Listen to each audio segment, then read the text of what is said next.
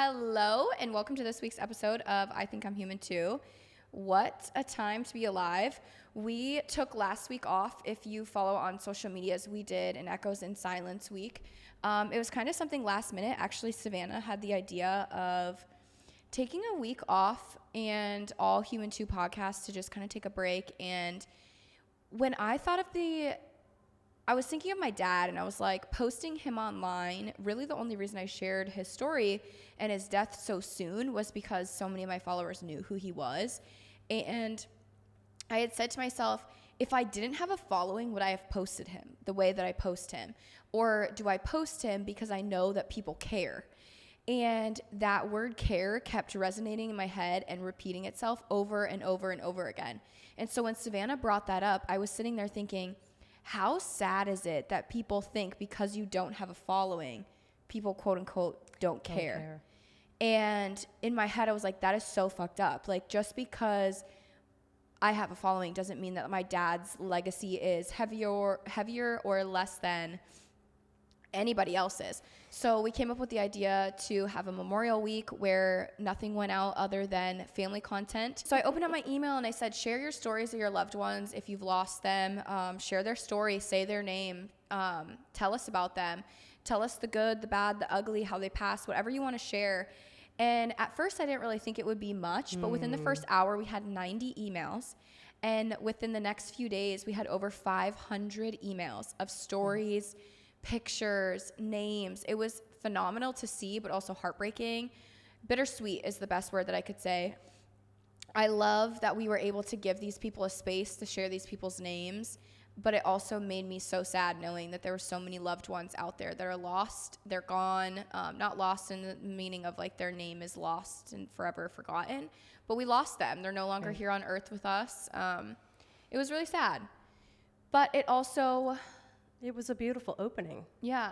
I mean, to others to share their grief. Yeah. Across. So many people said that. They were like, there was a couple emails that we had gotten where at the bottom of it, they were like, I've never put into words. Thanking the team. And yeah. They're like, I've never put on pen to paper like this person. It was in my head. It was just in my heart. Like, it wasn't in a journal anywhere. It was literally the first time that they had ever written about those people since they passed. So like, they finally took the time to, they had the opening that they were looking for. Yeah. And it made it.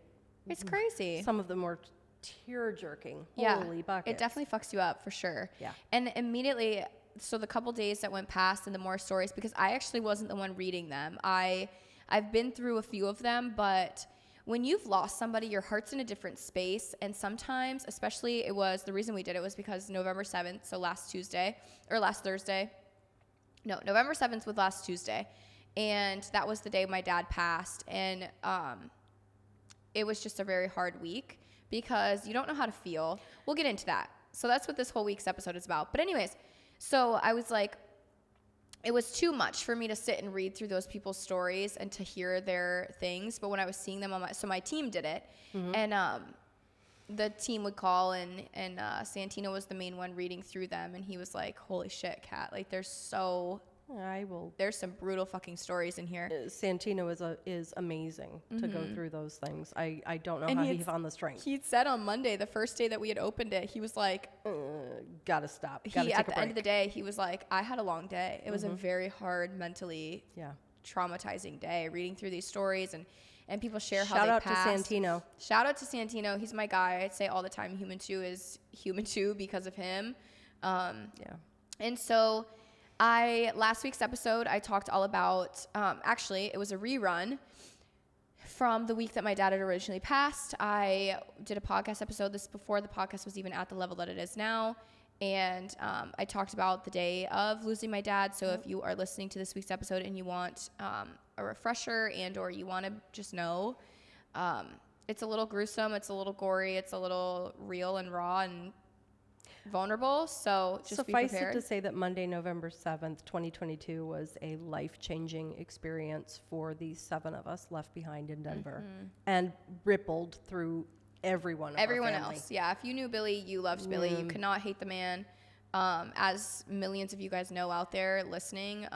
Billy was an Earthside angel. Yeah. And I really do believe he blesses this community every day, like in ways that you would never even know. The lights flashing during us putting up his tree last night. Yeah, you guys. So if you hear a second voice and you're not watching on YouTube and you're listening, it's my mom. My mom's been here with us since last week. She actually wanted to come in town to spend the anniversary with us kids. Yeah. And we are actually leaving for Sweden this week, so she just decided to stay. Fun fact, my mom is now partially retired. Semi-retired? Semi-retired, we don't know.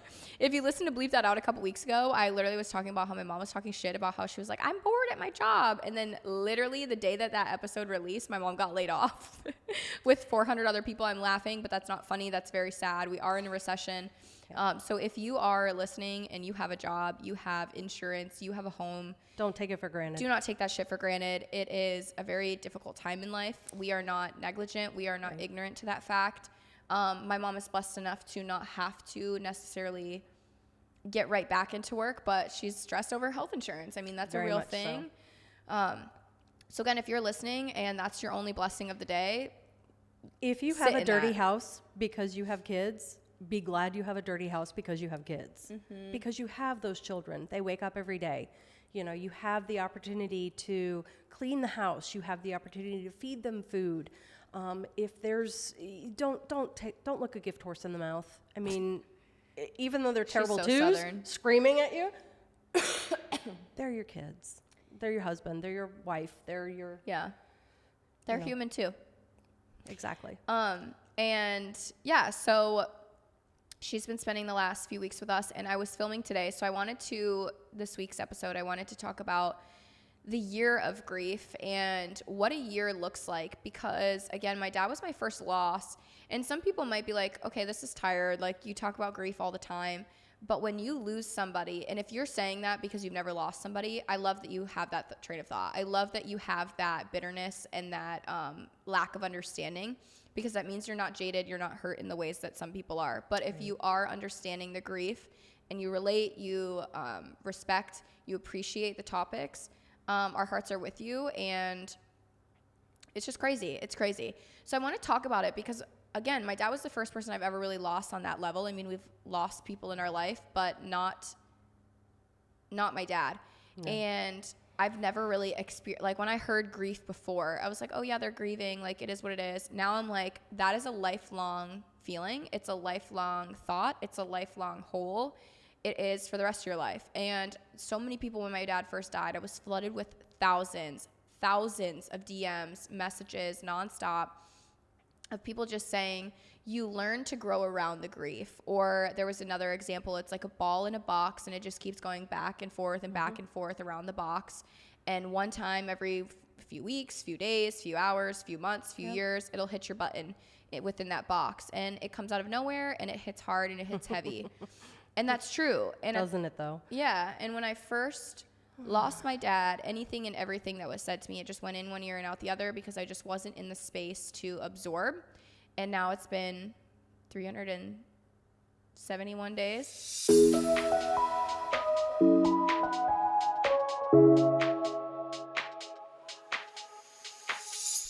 We love HelloFresh. I have said that so many times. You guys know we love HelloFresh.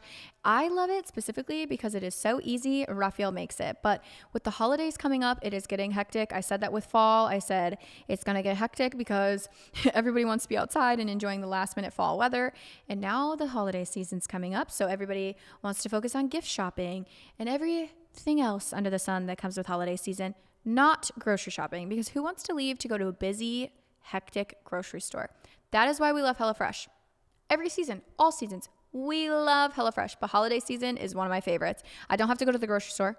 We go online, we pick the meals for the week. They are delivered directly to our doorstep. I open them up, I put them in the fridge, and then when the night comes, Raphael pulls them out, he starts to cook them, and it is phenomenal.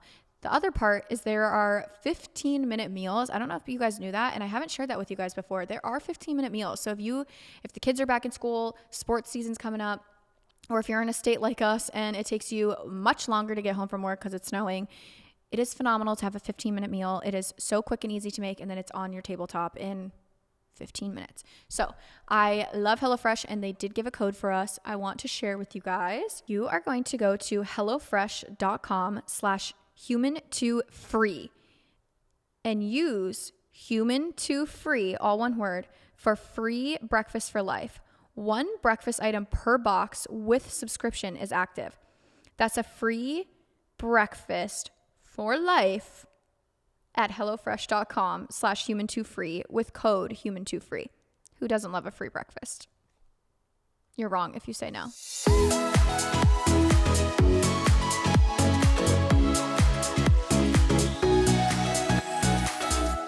And I've learned a lot. So we kind of want to go over it. My mom actually lost her parents at the beginning of last year as well. So her parents both were gone within a few months of each other, and then my dad was gone a few months after them. So my mom's had a year of grief as well. And I thought since she was in town, she's here with me, have her on, get a different perspective. Obviously, you have an elder perspective. You have a more mature perspective, a different perspective for sure. But yeah, grief is grief. A year is a year. And I want to go over some things. Okay.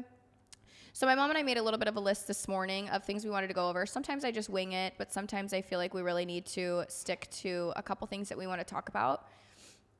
And I have it a little bit in order. So I want to start with what I thought grief would be versus what it actually was. Yeah. So there's been a couple things that have happened over the year. And one thing that shocked me was, one, I did not realize how much feeling you have in your own body and that you're capable of feeling. Yeah. I really do want to start there. I also have never experienced depression in my life. I'm not diagnosed with depression. I know that it is a chemical imbalance in people's brains. I do not have that chemical imbalance, so I never understood it. I respect it. I have always respected people that had it, and I respected their space, but I never understood it. And day one, I went into numbness. I went into straight like panic mode. I went into straight big sister mode. I went into straight daughter mode. There were so many different modes that I went into day one that I didn't even really realize. I think it was just straight adrenaline. Mm-hmm. And then day 2 set in, and I've never experienced a depression like that. You didn't want to wake up the next day. I remember rolling over and looking at you and being like, oh shit. I didn't think I was going to cry this episode. Okay. I probably will. It is what it is. Yeah, you wake up and you're like, this isn't real. Mm-mm. And I can't imagine people waking up like that every day, being like, this is life. Like, I have to do today.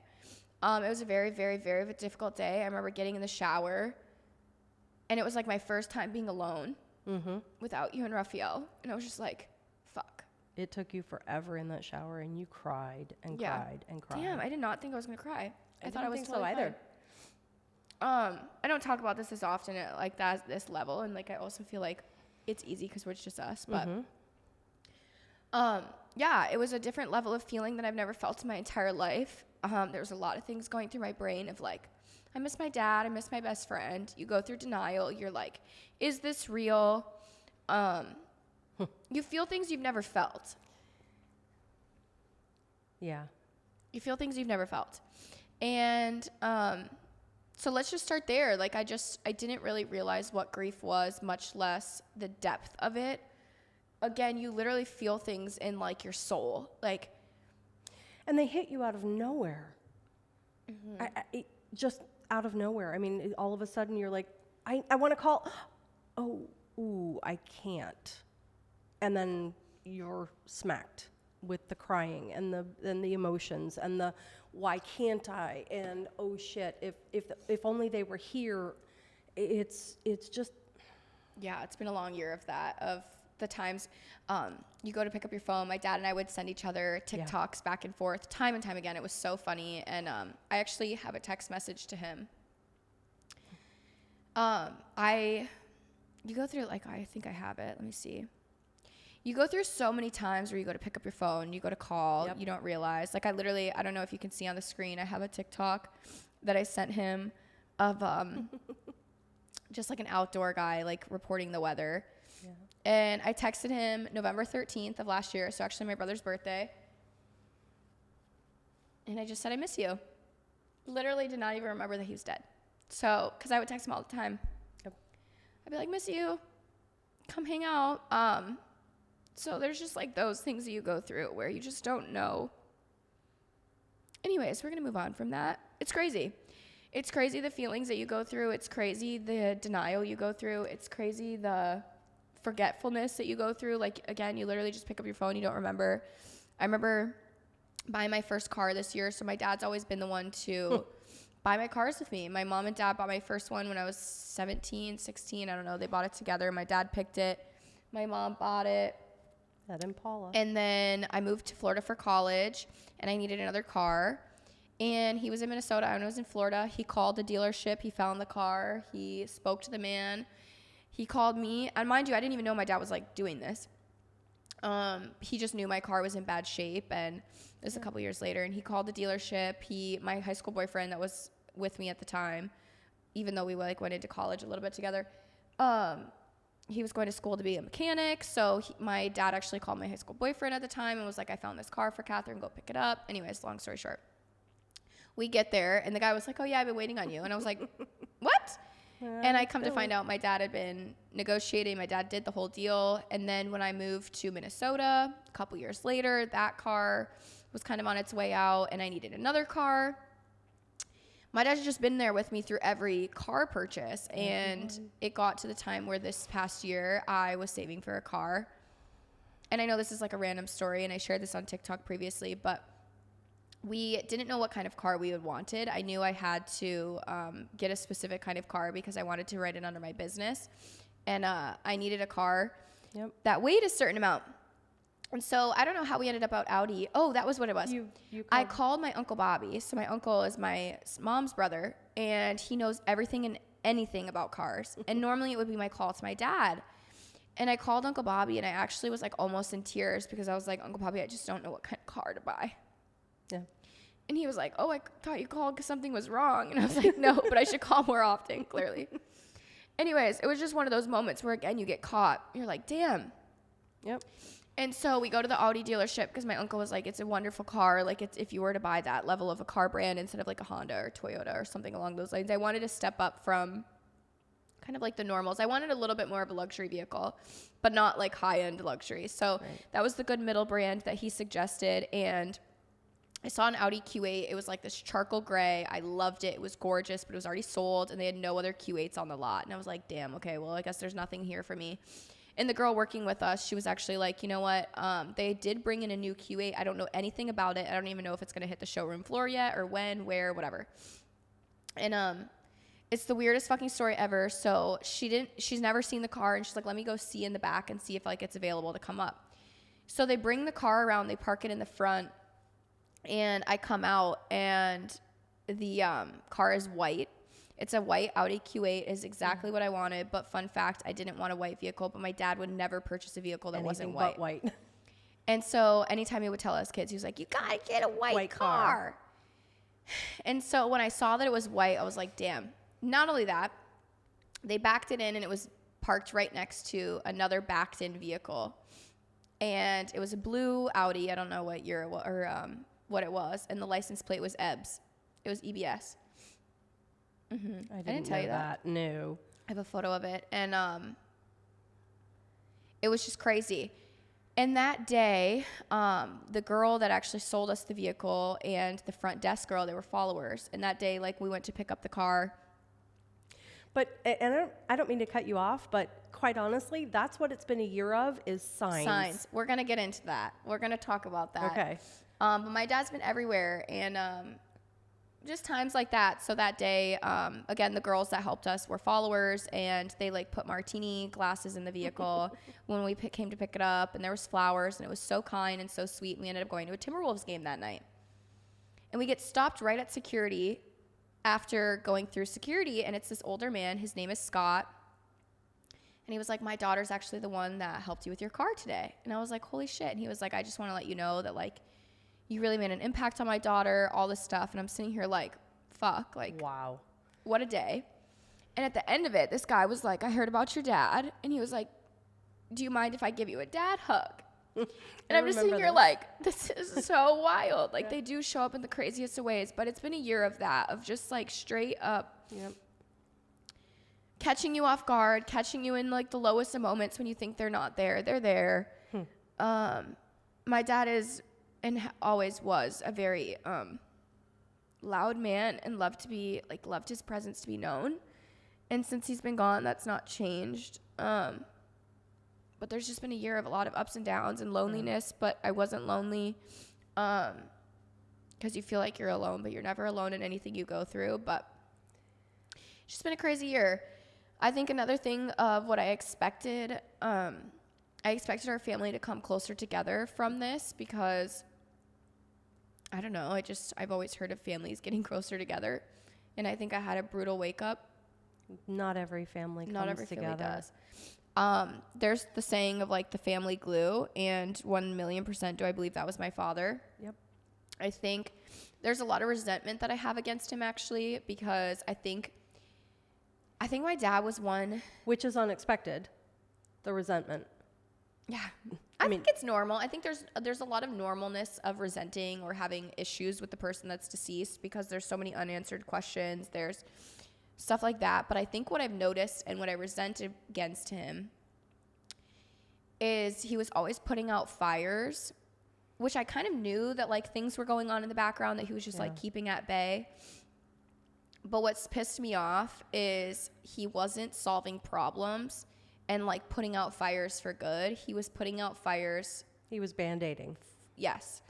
And that's been a harsh reality because I wish my dad would have stuck up for his own beliefs. I wish he would have stuck up for his own children. I wish he would have stuck up for his own morals and values.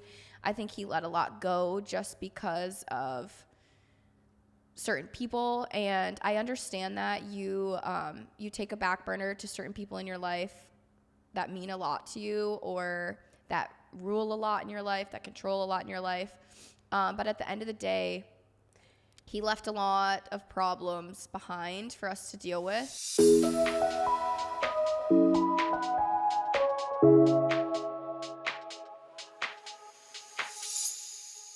This episode of I Think I'm Human Too is sponsored by BetterHelp. I have shared with you guys before that the holiday season is not my favorite season anymore. It used to be, but I had a major loss. I lost my father, and it just really made me realize how many people might not like the holidays. And if you're one of those people, that's okay. Whether it's the weather that gets you down, whether it's just not having the friends or the family that everybody else has, or maybe you just don't like the holidays. Maybe you had a loss during the holidays. Whatever the case may be, it's okay to get out there and talk about it with somebody else and to just let loose and to let those emotions go and to just have somebody to bounce off ideas or struggles or frustrations with during a time where everybody else seems to be so happy.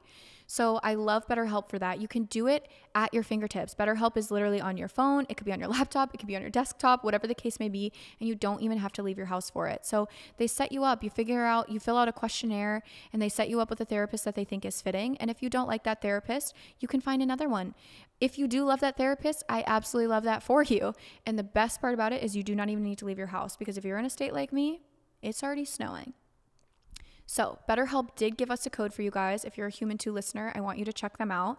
And if you're looking for a therapist, this is not a bad option to try out. Find your bright spot this season with BetterHelp. If you go to betterhelp.com/human2, you'll get 10% off your first month. That's BetterHelp, HELP.com/human2. I really hope these holidays are great for you, whether you are struggling through them or you love them.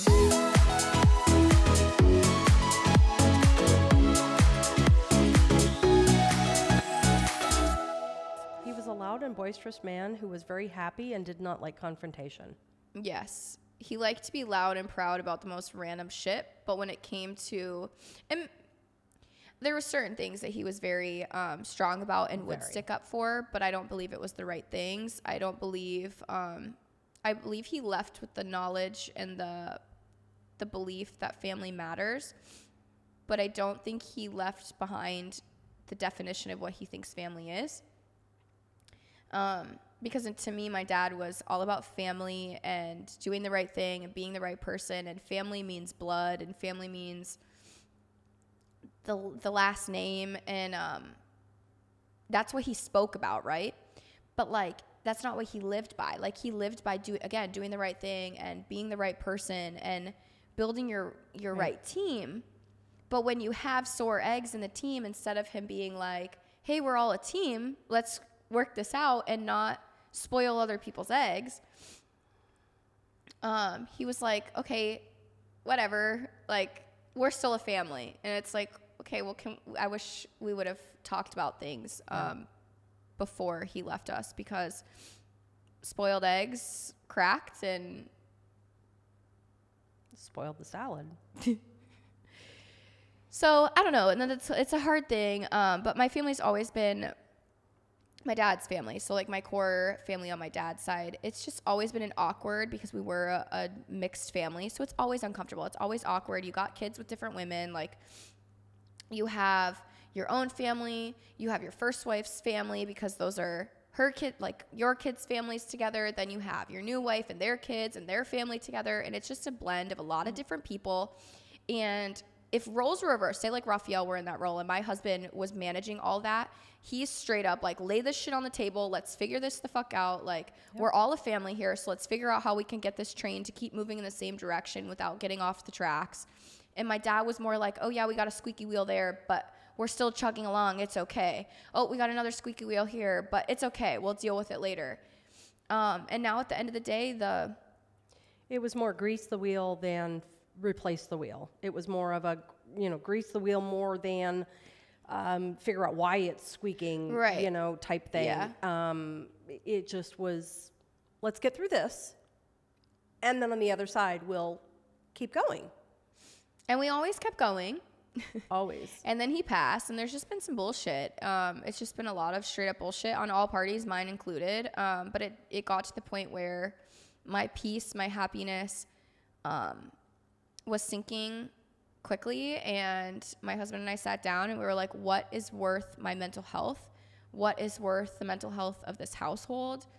Who really gives a shit about you? That's another thing that you learn real fucking quick. You learn who your community is. You would be shocked at how many people show up for you that you would not expect. Yep. And you also realize and you learn how many people don't even blink an eye at you. And that you expected to. That you were like, they'll be right in my corner, and by God, they are miles away. Yeah. And it's wild. I think the other thing that I did not really realize, because I've been the biggest advocate of grief is hard for anybody and everybody. I'm sure it was fucking hard for my dad's coworkers. Like, comparison. People, when grief comes about, they try to compare. Well, it was my dad. Well, it was my husband. Well, it was my brother. Well, it was my son. Shut the fuck up. Like, we are all grieving the same person, but we're all grieving different relationships. Yep. Some might be deeper than others. If we want to get to apples here, like me compared to my brothers are going to be grieving a different father because they're boys.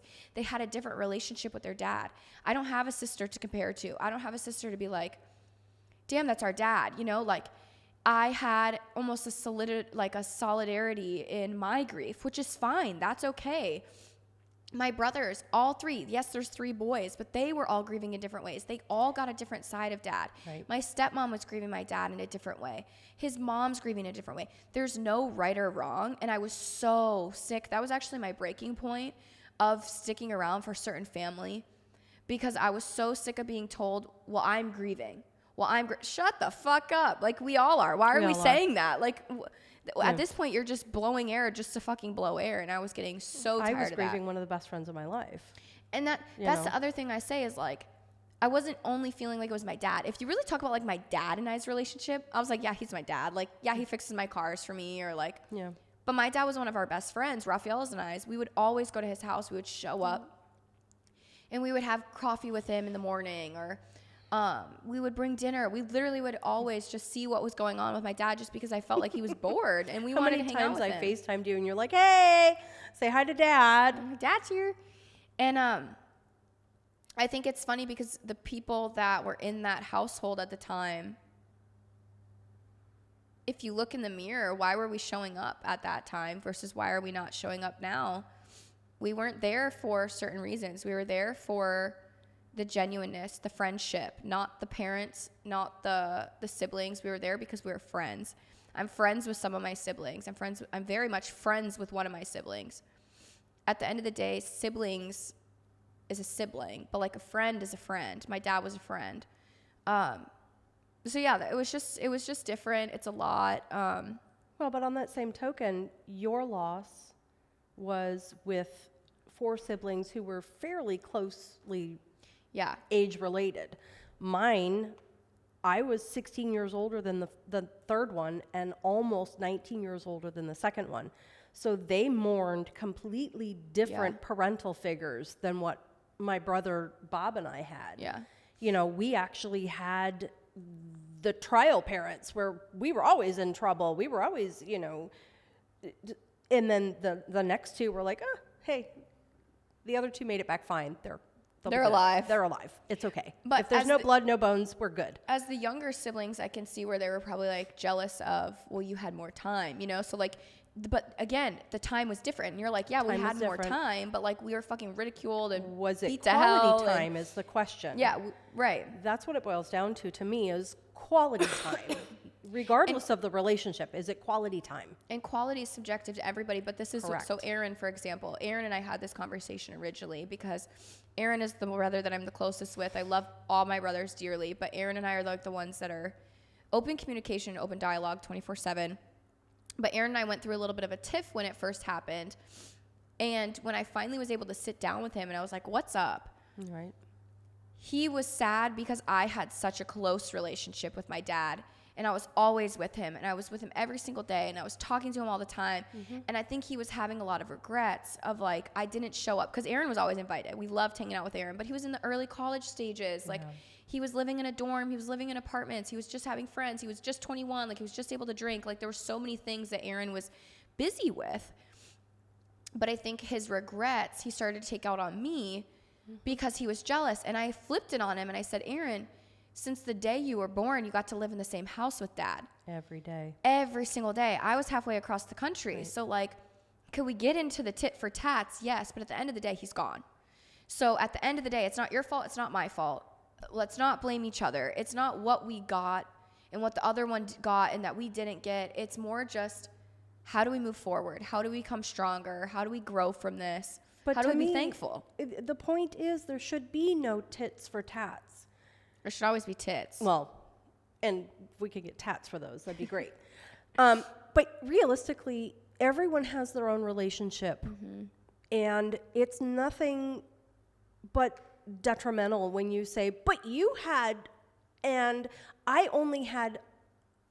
There's really no comparison. Yeah. Everyone has their own relationship, regardless of whether they're twins or not. Yeah. They have a different relationship with that person. Personalities mesh differently. And it's not a he said, she said once that person's gone. It's let's remember them. Let's be safe in the fact that they loved us or cared for us to spend time with us, regardless of who we were. I also think a big saying, I say this all the time, is it's not what you can get from this lifetime, it's what you can give. Yep. And when that's something actually that changed my life with my dad, is actually the one that always used to say that, of like, the grass isn't always greener on the other side, or greener, my dad's favorite saying used to be, if only I had this, my life would be better. And he meant it in a sarcastic way of like, stop wondering about what tomorrow holds. Stop worrying about what Aaron has. Stop worrying about what Savannah has. Like, be thankful for what's on your plate.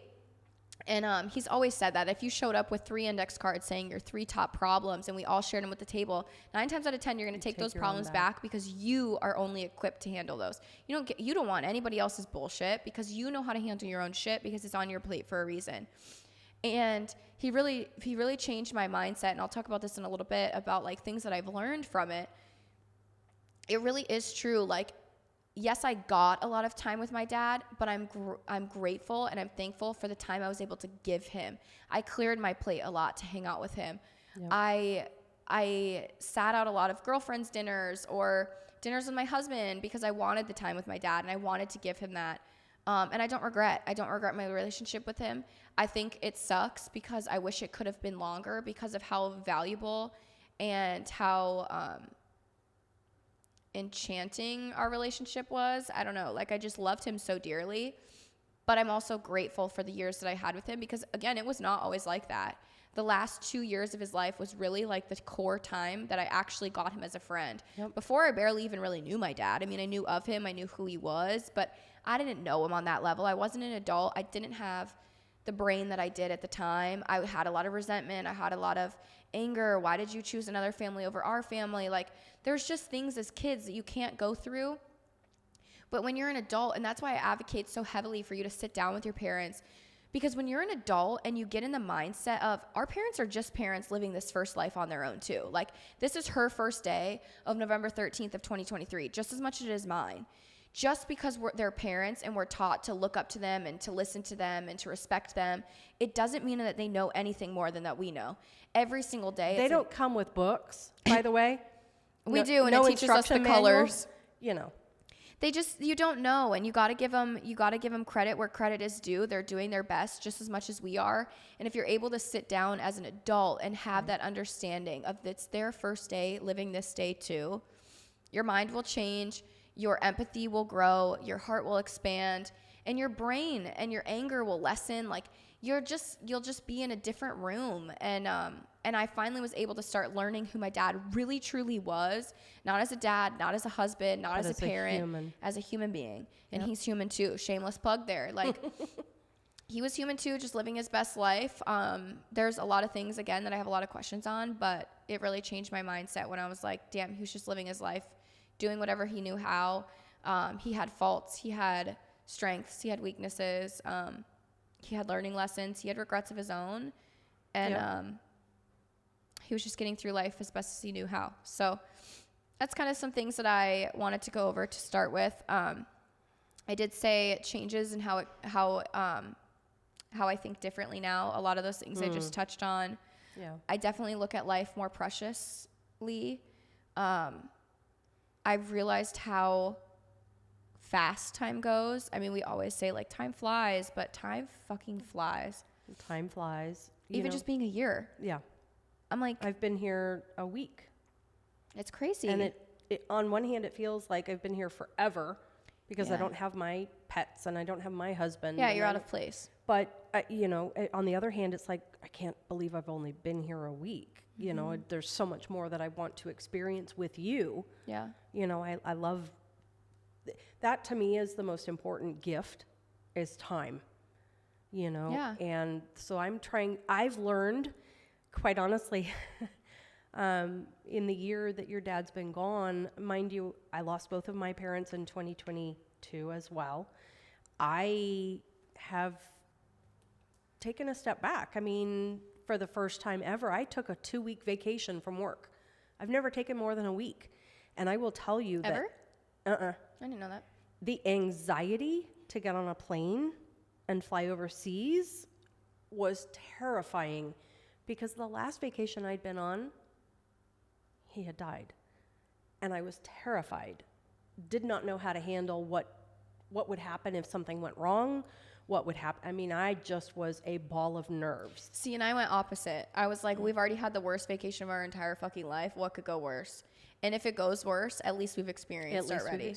Yeah. So I kind of went opposite. I was like, no, I'm living my fucking best life. Like, I'm going to travel any and every time I can. And I did. Yeah. Well, that was my turning point, I think, was that vacation overseas. Because I was that ball of nerves ahead of time. Yeah. And then it was a bittersweet vacation.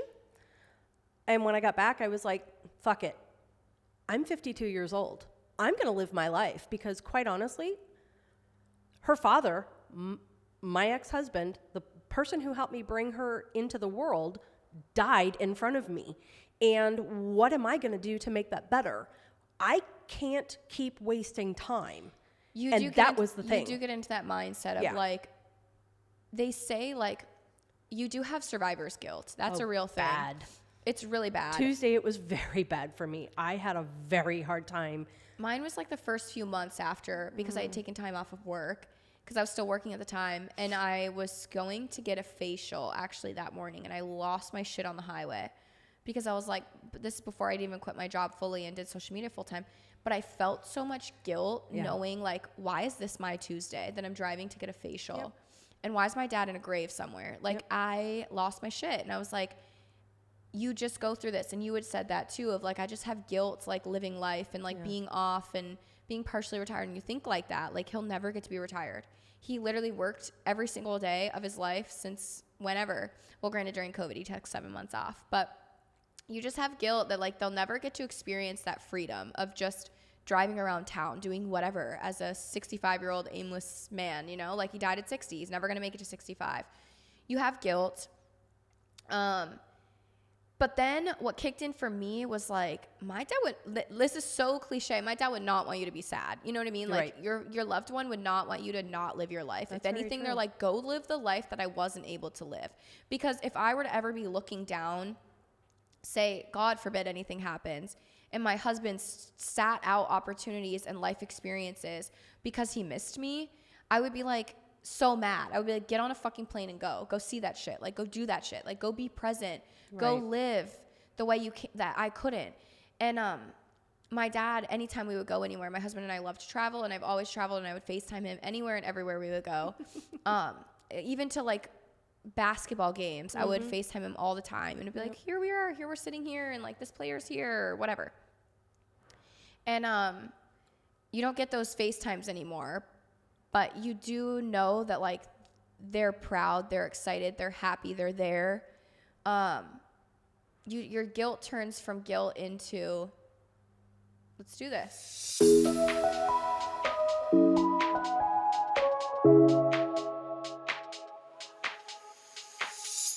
How many times have I shared natural cycles with you guys? Plenty, but I'm going to share it again because I absolutely love them. I've shared them over on Instagram. I've shared them on TikTok. I have said it many times here on the podcast. It is one of my favorite forms of birth control. I did not know that birth control could even be in your own hands. I thought you had to have a hormonal and or an invasive form of birth control. Example, like the IUD, birth control pills, anything that goes in like your arm. And I did not like that. But my husband and I were like, well, we don't want to conceive, but we also don't want to be on birth control. What's our best option? And that is when we learned about cycle tracking, because you can only get pregnant when you're ovulating, which is about 6 days a month. And Dr. Berglund came out with the Natural Cycles app. Dr. Berglund is a female physicist. And not only that, she's a Nobel Prize winning female physicist, which, girl boss, we love that. I love that it's founded by a female for the simple fact that women know what women go through. And not only is it tracking all these fun and exciting things, whether you're trying to conceive or you're trying to prevent, it goes through all that. It goes off your body temperature. But what I love about it is there's so much knowledge in the app too. So every single day you can go in and you can find new things. You can learn about ovulating. You can learn about preventing pregnancy. You can learn about conception. You can learn about so many different things within the app. It's not just to track. You can track your period. You can track your ovulation. There's so many different things in it. I absolutely love Natural Cycles. Again, I've shared them so many times. I will continue to scream them from the highest to the highest pitch that I can because I love having control over my own body. I love knowing about my own body as well. So I do have a Natural Cycles code for Human 2 listeners, which I'm excited to share with you guys. Code is Catherine. So if you go to naturalcycles.com, you're going to get 20% off your annual subscription plus a free thermometer. I want to preface this by saying Natural Cycles is for 18 plus and it does not protect against STIs. Code again is Catherine, and I hope you love them as much as I do.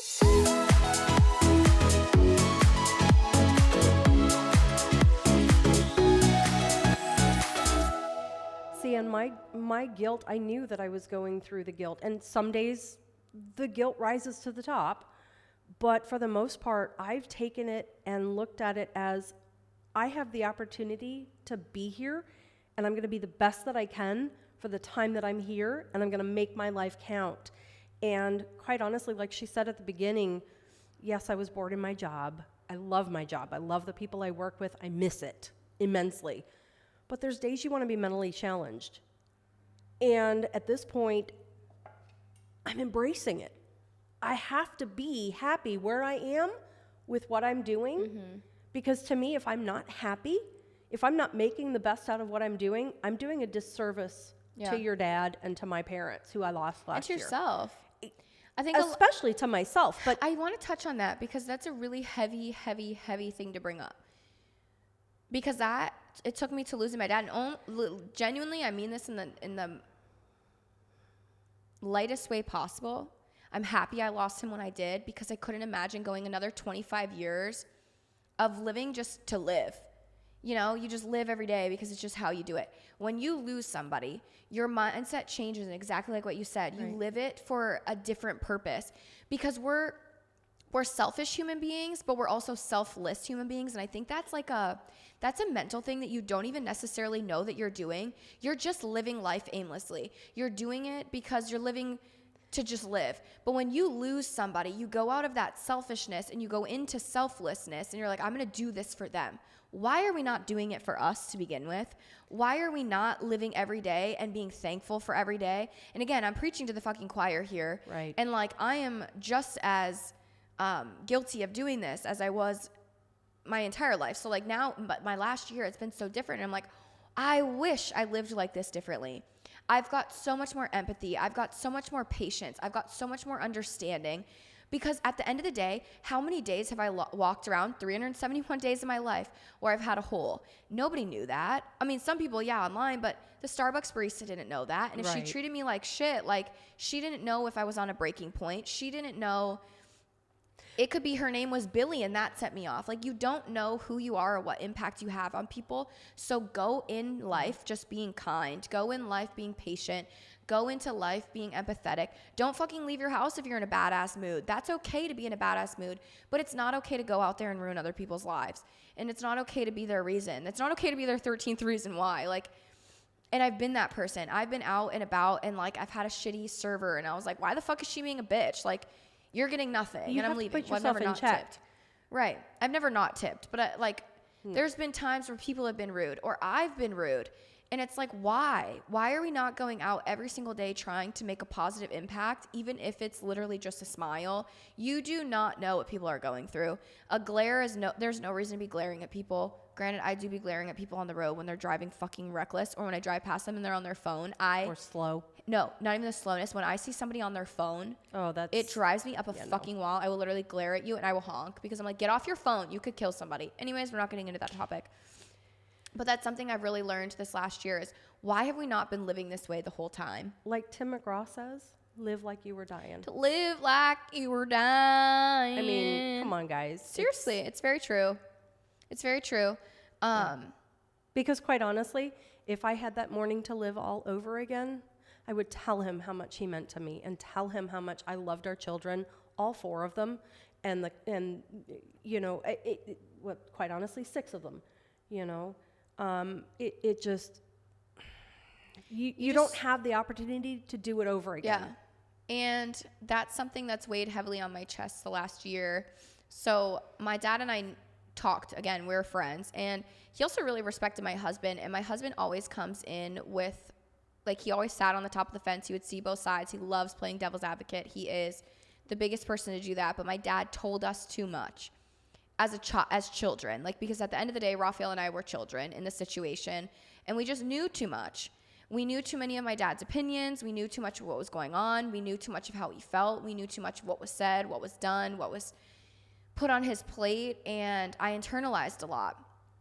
And so after the last year, I have held a lot of emotions, not only for myself, but resentment for my dad, because I'm like, I know how certain people treated him and what was said, what was done, what was behind closed doors. And it ate me alive to have to sit there and smile and be like, I'm so sorry you're grieving too. I'm more just like, you're fucking kidding me. Like, how dare you? Yeah. And it hurts. It also hurts, like, the family drama that's gone on. I know I've shared that.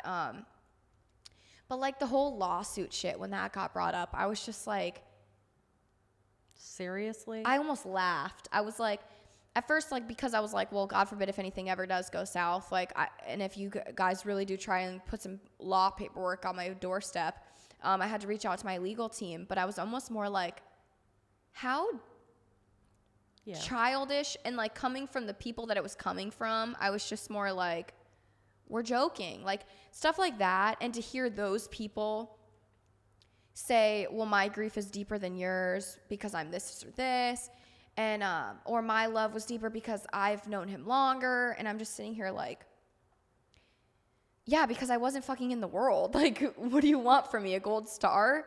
What's the next topic?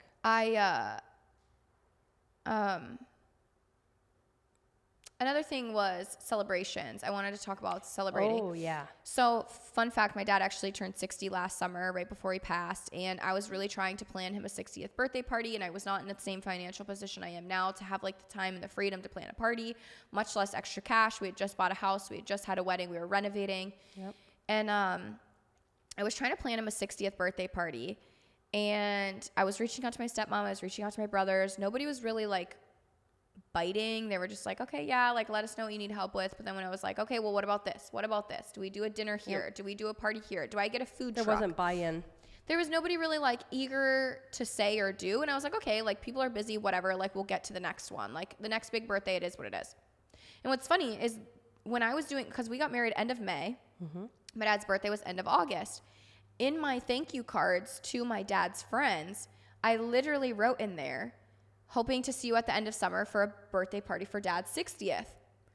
Like that's how far in advance I was thinking about my dad's birthday. Wow. And I was like, whatever, if nobody cares, I don't care. Like whatever, we'll do whatever. Well, 2 months later he passed, and I had a lot of guilt on my chest of like, damn, like we didn't and we couldn't even celebrate his 60th, like because I thought there was another big one coming. Well, there was none other coming. There's none other coming. Not even a big one, not a small one, like not a 61, not a 65, not a 70. It was just gone. And so I had a lot of regret. And in that moment, actually, so a couple months later, I was looking for studio. Well, it wasn't the studio at the time. It was at the house. I was looking for artwork to get printed for our house for background for podcast. And I went into Etsy, and in my cart was the 60th birthday decor. And I was like, fuck. Like, I just went back in my head. I was like, damn, like, I will never again have to sit in that moment of like, you have to have a big birthday to celebrate. Like, you have to have a big job promotion. You have to have a marriage, a baby. Like, every day is a celebration. I love to celebrate my singlehood of girlfriends. Like, they're so strong in what they do and what they go through. And it's not wrong to have goals in any way, shape, or form. Right. And but I'm not saying you don't that. need them to celebrate. Yeah. Celebrate the little things. Like my brother's boyfriend quit his job and he was scared shitless and was like, holy crap, like this is a new phase of life. We went out and celebrated. We were like, yay, you quit your job. It was a terrible work environment. Granted, he had some other things lined up to like keep his life rolling. Obviously, if he quit with just his hands tied behind his back and he was like, yeah, somebody like, I'm going to go mooch off my mom and dad. Yeah, it would have been a different scenario, but we were proud of him for stepping out of a toxic work environment that was leaving him every single day, mentally drained, mentally stressed. Yeah. And you could see it in his eyes. He was just exhausted and he was being treated like shit. And like, nobody deserves that. And for him to walk away, but also still have a secondary setup going. And it was something where he was like, not necessarily overly eager to share, like, yeah, I'm doing this now, like to make ends meet. Like, that's okay. Like, what you're doing, you're making your own ends meet, and that's what we're proud of. You got out of a toxic environment, and and you're still able to stand on your own 2 feet. And that could go into anything: leaving a toxic boyfriend, leaving a toxic husband, leaving anything, like a toxic friend. I think it's fair to say that you celebrated putting himself first, and living his life, plain and simple. Again, at the end of the day, like you can get out of a bad environment, but you got to make sure you're supporting yourself. I don't necessarily say like leave a toxic work environment and just hope for the fucking best and chuck it up and be like, somebody will pay my bills. Like, call your mommy crying, because I don't believe in that either. Well, I am not happy about being semi-retired, but I do have the situation under control. But you're also you don't have bills the way phase of life. You're too, in a way different phase of life. So again, that's apples to oranges, but and that's something to celebrate. Like you are. How many women out there are like, how proud of you are you guys that you guys don't have car payments? Your house payment is very low. Like, you don't have the debt that a lot of elder people have. You guys are in a different position where you can take a couple months off and be like, you know what, like, yeah, I'm stressed, but like I'm also not like dying to get into a job. I'm very proud of the fact that I've carried the household for 3 years. And that's a celebration in itself. That to me is, even though I don't have that right now, it's amazing that I've been able to do it. Yeah. So right now I'm taking the time to refocus on myself and spend time with the people that I love. Her. And my son and my husband, and it's just right now it's time for me, because losing Bill helped me see that. It's time, when the door closes, another window opened for me. And right now, I was looking for the reason to be here, or looking for the way that I could take time off to be with you on the 7th to celebrate her father's life, and then, move into things we had planned. But quite honestly, I didn't know the way I was going to ask for that time off. And here it was heard that I needed this time off. And granted, it's not the way that I would have hoped, but I'm enjoying the time to spend with them, to help my brother and his family move halfway across the country, to start a new life. Look for the positive. There's a silver lining. I had said that, so I don't know if you listened to my episode with Maddie Pruitt a couple weeks back. She wrote a book, and it's called The Love Everybody Wants. I've shameless plugged this so many times. I literally love this book, you guys. And this is not an ad. She wrote a lot about hardships and learning from the hardships, and that's so true. And why I refer back to that book is because you can hear people say it, but when you read something, and it's so simplistic, because in a self-help book, it's always simplistic. And why it's simplistic is so it's simple enough, but also real enough where you can relate it to your own self. And she was talking about like hardships, but not knowing the bigger picture in the long run. And that's so true. Like you go through things and you don't know what the bigger picture is, and you're just mad. You're just like, why? Why am I going through this? Why me? I can never catch a break. But I tell you, I have sat in those moments, and I've sat in those mindsets. I've sat in those rooms alone wondering why me? Why God? What's next? When is this going to get better? And then you get on the back end of it. Mm-hmm. And now when I go through hardships, I'm almost like, I really do believe that you have to have a storm to have green, to have growth, to have a rainbow. Like you can't see the light without the dark. You literally cannot have growth without some storms. Like right. You have to go through trials and tribulations to grow. You are always going to be stagnant if you don't go through something new. That's where complacency comes. That's where contentment comes. That's where it's the being open to all of that. But exactly. You have to just have the mindset of like, there's more. There's more. And if I'm open and I'm willing to learn and to grow from this, that's the other thing. You can have a shitstorm on you and you be like, fuck this, I hate this. Mm-hmm. And that shitstorm will never go away because that's your mindset. Yep. If you sit in it and you're like, okay, it's storming for a reason. Did I ask for growth? Did I ask for change? Am I looking for strength? Am I looking for guidance? Am I asking for something? When you're sitting and asking for something, something's going to come along to clear a pathway. And you're sitting here like, I didn't ask for this. Well, yeah, you didn't, but you asked for this. And you have to go through this to get to this. And I think now I look at hardships literally so much differently. And my stress is so much different now too, because I'm not like, oh my God, how can I control this? I'm more just like, okay, we'll get through this. Like, this stinks. It is what it is, but like we've got each other. How do we grow forward? But when you start to pay attention to certain things, whether they're positive or negative, or a certain car you want, or a certain color, you start to see those things. You feed. Yeah, absolutely. It's the 1111. It's the, oh my goodness. I there's see Q8s everywhere now. A blue car. Do you ever get when you get a new car, you're like, oh my God, I never heard of a Q8. Never saw those before. And holy crap, there's 10 of them right there. It's the same thing. When you start to pay attention to what subconsciously you're looking for, you'll find it. And manifestation, speaking into my existence. son does not, he's questioned the whole positive thinking. She's proof. She's actually started to make a difference in her life because that's what she's looking for. She's looking for the positive. She's looking for how to help. And that to me is huge. Her father was the same way. He was very much, can I spread joy? Can I spread warmth? Hey, great, it's nice to see you, Jim Bob. Come on, get in the car. And he was just always exuding Get in the happiness. car and have my candy. But that's the that thing, is if you pay attention to what you want, you're going to manifest it. You get what you give. Yeah. For sure, you grow exactly that. Like if you pour water into soil, you're going to get a flower. If you pour bleach into soil, you're going to fucking kill the soil. Like, are you looking for the rain cloud and the lightning, or are you looking for the rainbow? It's crazy. You touched on signs, and I did want to talk about that a little bit. So there's a book called Signs. I don't know the exact author, but it's found on Amazon. You can get it for I think you linked that, didn't you? Decently cheap. I don't know. If not, the link is coming. A link is coming. Shameless plug. And I highly suggest reading it. I was suggested it quite a few months back, and it's a wonderful book to read. I am not through it. I actually am needing to finish it. But it's something that I would highly suggest you reading. But also, so I've had a couple encounters with what I would consider a medium. Is that what they're called? I think, yes. I didn't believe in that shit. But the things, and these were 2 different encounters where I had no idea who they were. They had absolutely no idea who I was.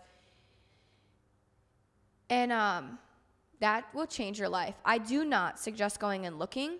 I never suggest going and looking for anything, because when you're looking and searching for something, love, friendships, a home, anything, like when you are beating something to the pulp because you want it so bad, it's not meant for you. If it comes naturally and organically and it feels too good to be true and it found you, that's where you're meant to be, and that's what's supposed to happen. Let's be clear. There's a difference between stalking, right, and falling being in love. open to. You start stalking those things. You're gonna catch a charge. If you're open to it, that's a big difference. Yeah.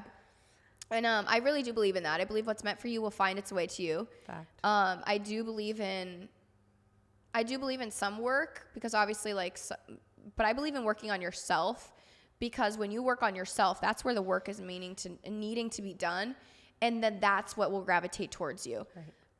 Because when I say what's meant for you will find its way, well, obviously you have to be putting yourself in positions to find something, and that can go for anything: friendships, love, signs, anything along those lines. But you have to, again, put in the work for yourself and also mentally be open and ready for those things. Anyways, the 2 encounters that I had really caught me off guard. The first one, from head to toe, I was in just shambles. I was crying. It was the fucking weirdest shit ever. And I was so grateful for that experience. And it's way too long of a story to tell, but I spent an hour and a half with this man, and wildest thing ever. But anyways, I got home to Raphael and I was like, there's no fucking way you'll believe this. Mind you, this man, again, was saying things that he had no idea about. And he was touching everything to a freaking T. And I'm sitting here this shit is so wild. I go home and I'm telling Raphael everything. And he was like, I can't even believe this. I cannot wrap my brain around this. And this night, there was a snowstorm. So I was not home because I was with that guy. And Raphael ordered Uber Eats for us. And I think he ordered Papa John's or something. And it wasn't a bad snowstorm, but it was one of those storms where we didn't know if it was going to hit us or not. So Raphael's like, Catherine's not home for dinner. I'm just going to order food. And I'm telling him this as I get home, and the pizza still wasn't there yet. And we get a notification on Raphael's phone, and it says your Uber Eats delivery is almost to your place, blah, blah, blah. And as I'm telling Raphael all this stuff, it said the name of the driver. And the driver's name was Billy. And I was like, okay, that's fucking weird. Raphael's like, this shit's too weird to make up. I cannot make this up.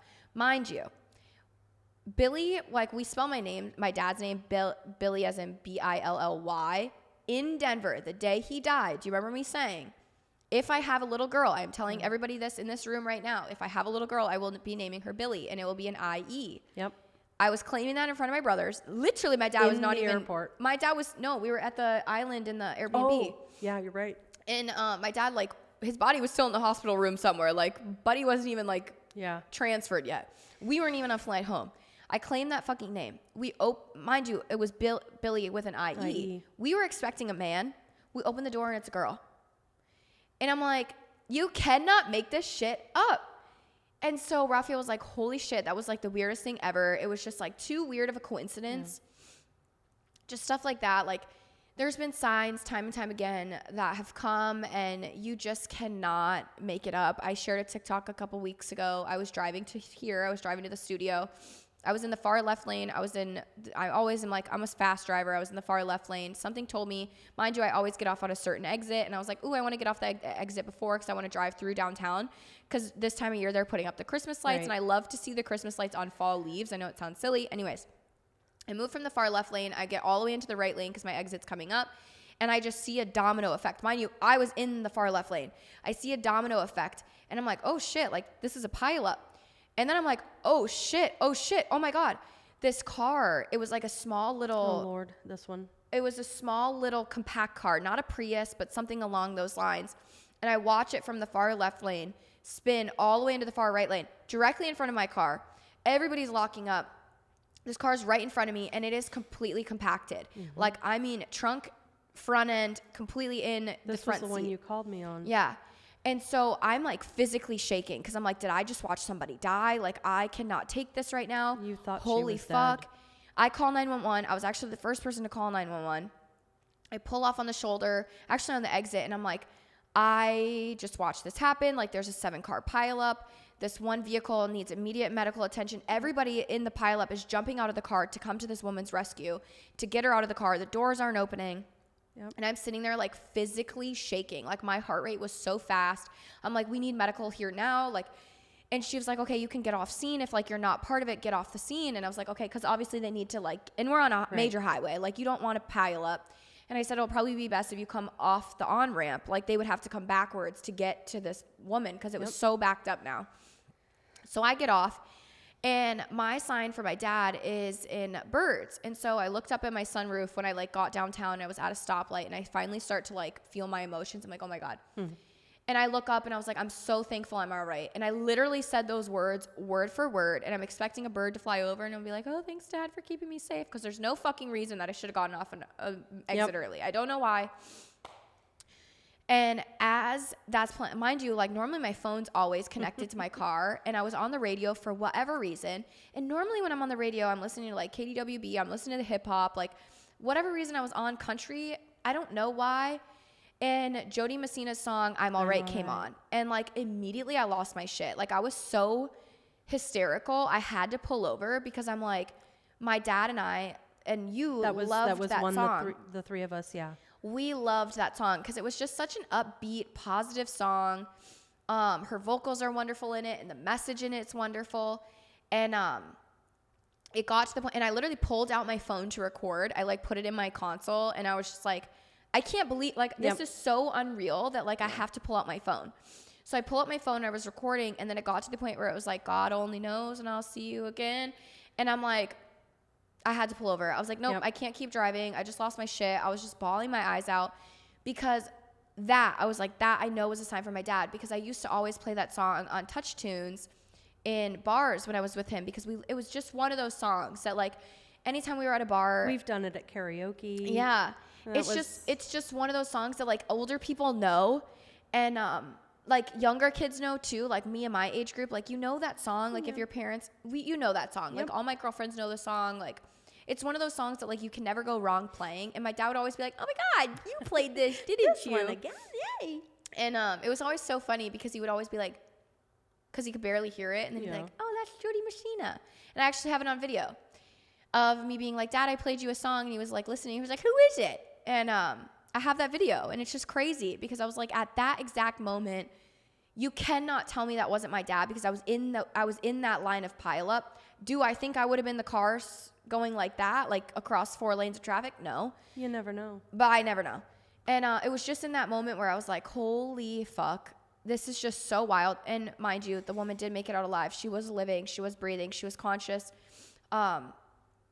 At least in that moment, she was alive. I hope that all was well, and it wasn't just the adrenaline keeping her alive and she lost her life later on. I'm just going to pray to God. But it was just one of those moments. And I believe in signs. I believe in them everywhere. I believe they show up for different people. I believe they show up in different ways, different reasons. I believe you have to be mentally open and ready for them.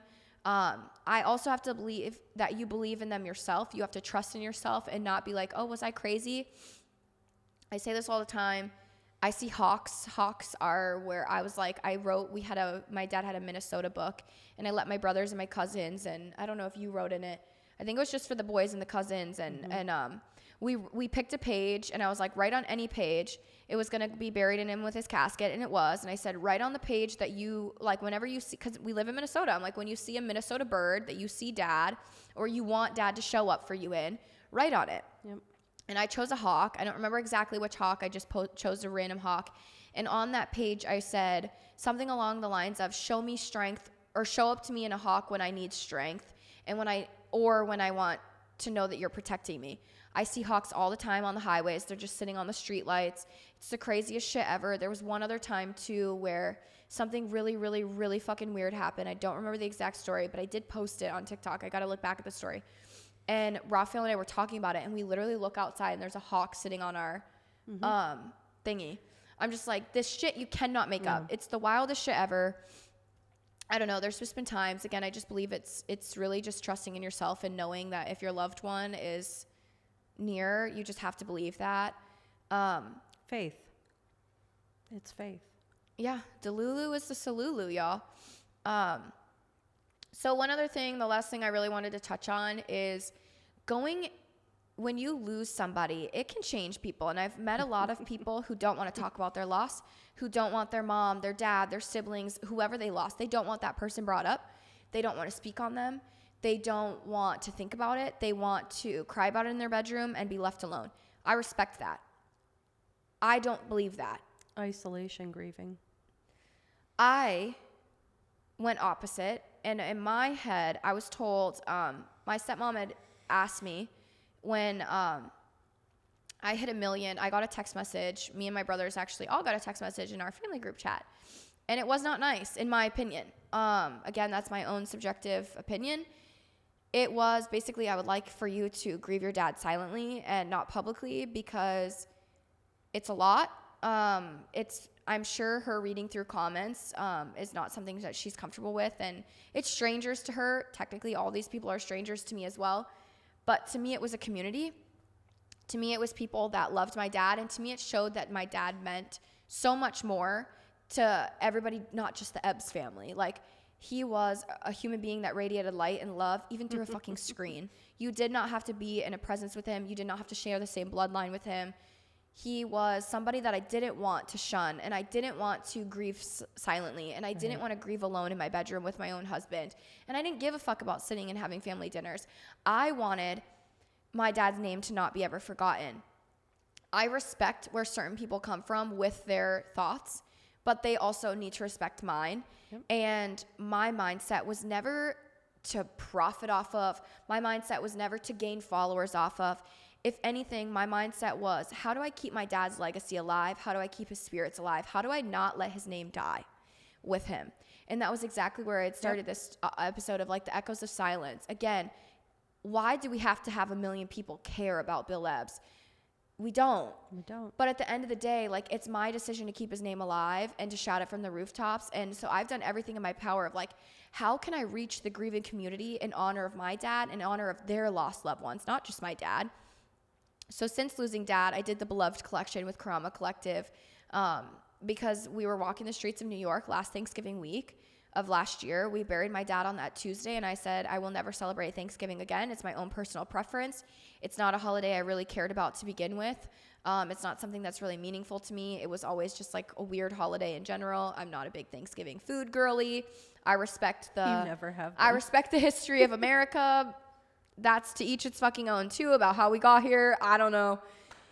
But I was like, you know what? Never again. So I was walking the streets of New York, and I was like, I really want to keep my dad close to my chest. And how do I do that every day? I wanted to wear a necklace. I was never a necklace girly, and I was like, I want to wear a necklace in honor of him. Mm-hmm. I couldn't find anything on the market, so I was like, with Eli and Aaron. Eli is a jeweler, and I literally, like, lights went off, and I was like, Eli, let's fucking do this. Like, how many people are out there in the grieving community that can't find something to hold near and dear to their hearts? That's how the Catherine chain with the Beloved collection came about. The whole point was for it to be not just one necklace for Bill Ebbs. Mm-hmm. It was one necklace that can be interchangeable. You can add charms to. You can mix and match. It can be for your baby that you love. It can be for your husband. It can be for a lost loved one. It can be just because you love the fucking charm and you wanted to wear it around your neck. I wanted it to be for the consumer, not just for me and my father. So that's something I did in honor of him, and I wanted to grow that name, and I wanted anyone and everyone to feel like they had a piece of somebody and something that they loved near and dear to their hearts. And it had a story behind it, obviously. And it was also an heirloom collection. Those are solid real gold pieces. I wanted it to be an heirloom. I wanted it to be something that could be passed down, because when you're a daughter who lost their father, you don't get their jewelry. My dad didn't really wear jewelry.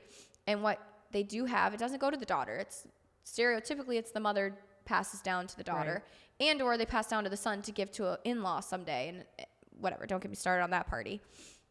But anyways, that was something I did, and I went through every single thing in my mind of like, how can I keep my dad's spirits alive, but not just for my dad, and it's anyone and everyone that's mourning somebody and the spirits that are gone from that person. And I think that's something, again, that you should be thinking about.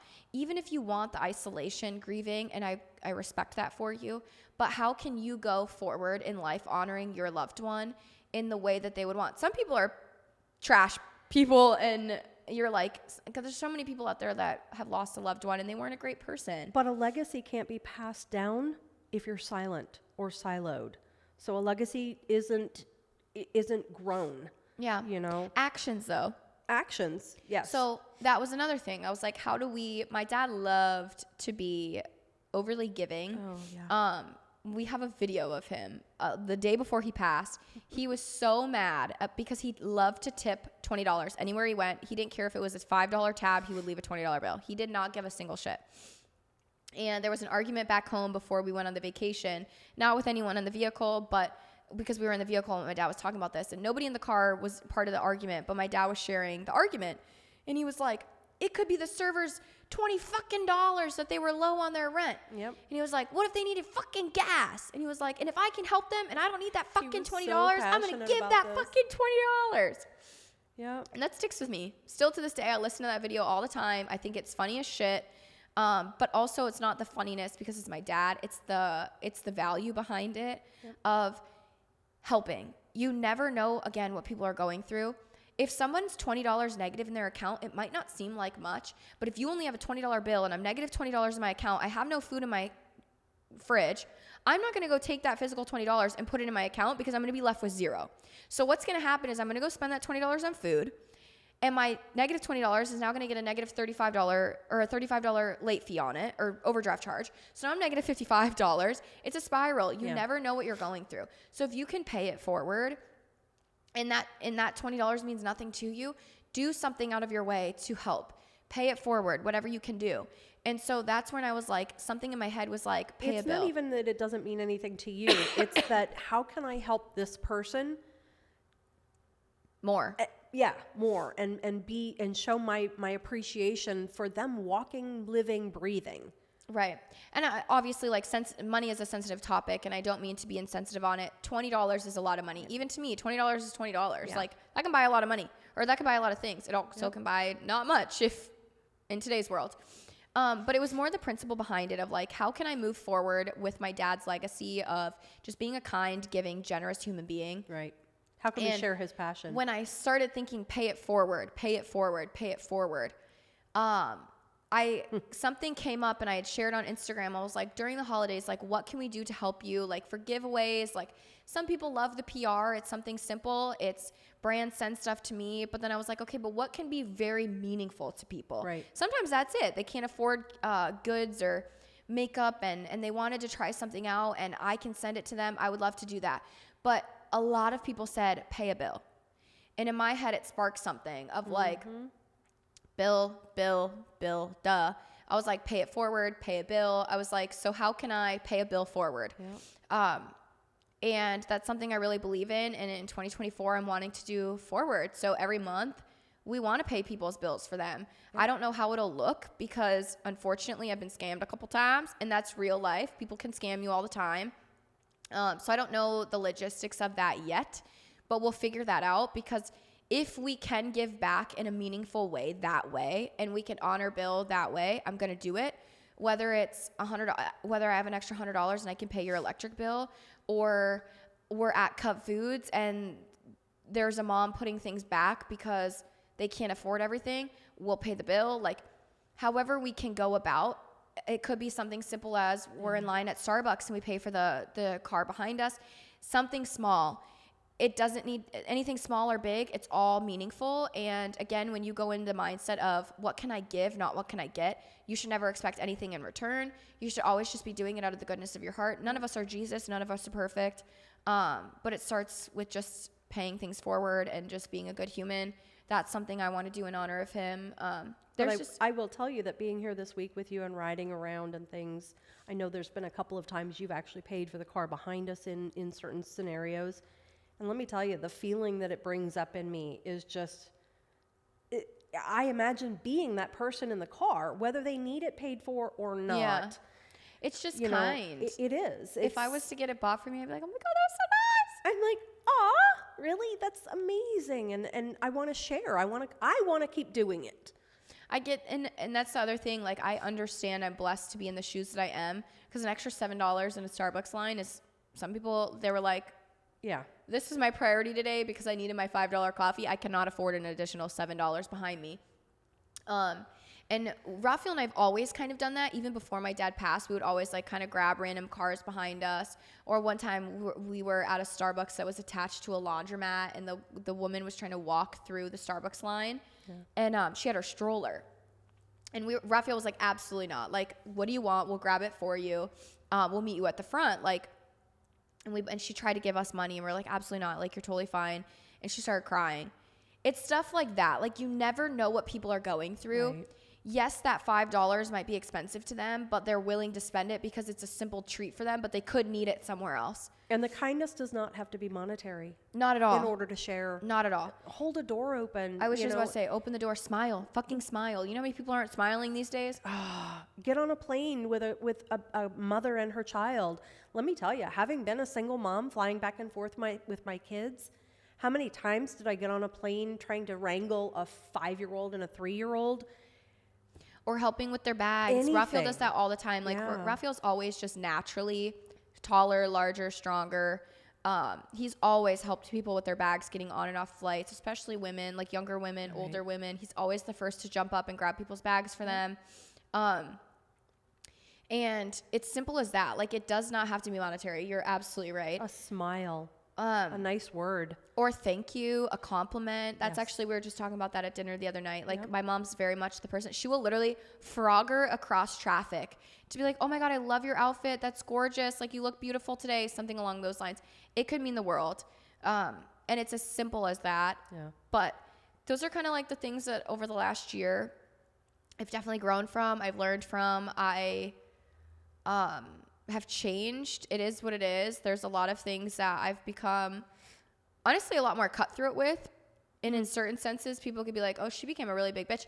No, I just really decided to protect my peace. I decided to protect my mental health, my home, where I put my energies, because energies are quickly exhausted, especially if you are the person that is constantly giving out your energy and filling other people's cups. Yours drains very, very fast. And if nobody else is filling yours, where the fuck do you think it's going to fill from? You cannot pour from an empty cup at all. You have to take care of you first. So we made it through our first year of grieving, me at least. We got a long way to go. I do want to say, there's a lot of people that have noticed, like, I'll get comments and they're like, oh my God, you're glowing, or like, you look like you've moved on, and like, that's no moving on. I was going to say that's not something I would say to somebody. Not that I'm offended by it by any means, but if you're talking to somebody that's grieving, I would not suggest saying, oh, it looks like you've moved on. Good for you. Like, you're doing so much better. You're coping. I love the idea behind that. I love them saying more like, you look like you're gaining like some happiness back, and I'm happy to see you happy. That's monumental. To say to somebody that they've moved on, you'll never move on. I will always have the grief hole is just a hole. And now it's just going to continue to get bigger because that's life. People are just going to continue. We're just going to continue to lose them. And the hole just gets bigger and bigger over time. But we learn how to live with it. You learn how to grow around it. You learn how to shut it off at sometimes, because there's been times I've been at dinner and like I can 110% speak on my dad and not have a single tear in my eye and I'm smiling. And there's other times you even mention the name and I lose my shit. Like, it just is what it is. Be respectful, be understanding. Also, if you're grieving, understand that people just might not get it either. Right. And again, when I say, like, I genuinely, when people are like, oh, what do you mean you're grieving? Like, what? Oh, okay. Like, it's been a year. Get on with it. I'm almost like, you're so lucky. Like, I don't take offense to that. I'm more like, you're just lucky. Like, you're going to be there one day. And or you are such a bad person that you have nobody close enough to you to love that deeply, which might be a mirror reflection that you need to go through. We know a couple of those. Right. So, it's a new world. It's something I never thought I would be sitting here thinking and talking about for a year long now. Much less I literally have like ideas constantly going of how to help a grieving community that never in my wildest dreams thought I would be here. First off, just know you're not alone. You are not alone. Second off, there is no right way or wrong way. And if it works for you, that's what counts. Do what's best for you. Depression, anxiety, anger, fear, those are all feelings. But on the flip side, there's going to be happiness and joy and pride. Laughter, and excitement. Laughter. You know, you, like I said earlier, you cannot have the darkness without the light. So it's... Keep the traditions, drop traditions, do what you want. Just go out there just being a better person. I also want to touch on really fast, a lot of people don't have the kind of dad that I had, and not even necessarily the dad, the parent. There's a lot of people out there who had a really shit relationship with their loved one that they lost, and they've got anger. They've got, why did I not get the relationship that other people have? Right. And I say, like, keep their legacy alive. You might be like listening and you're like, I don't have a legacy that I want to honor. Be the person that you wish they were. Right. Be the person that you want somebody to miss, because that's something that I loved about my dad and I love about him still to this day, is he was so hard to lose. Not a lot of people get that. And that means that I will be thinking about that every single day of, like, how can I be the daughter that my dad would be proud of? How can I be the daughter that continues on something so great? So yeah, just do your best. Remember that you're human too. Shameless plug. 3 in 1 episode. I love that. And the sun comes up every day. It's the start to a new day. Yep. Live, love, fucking laugh. We will see you guys next week, and we will be in Sweden for the next episode. So the next episode will be coming out on Thanksgiving. Yeah. Goodbye. Thanks for joining us. Thanks for having us. She said, Bye. bye.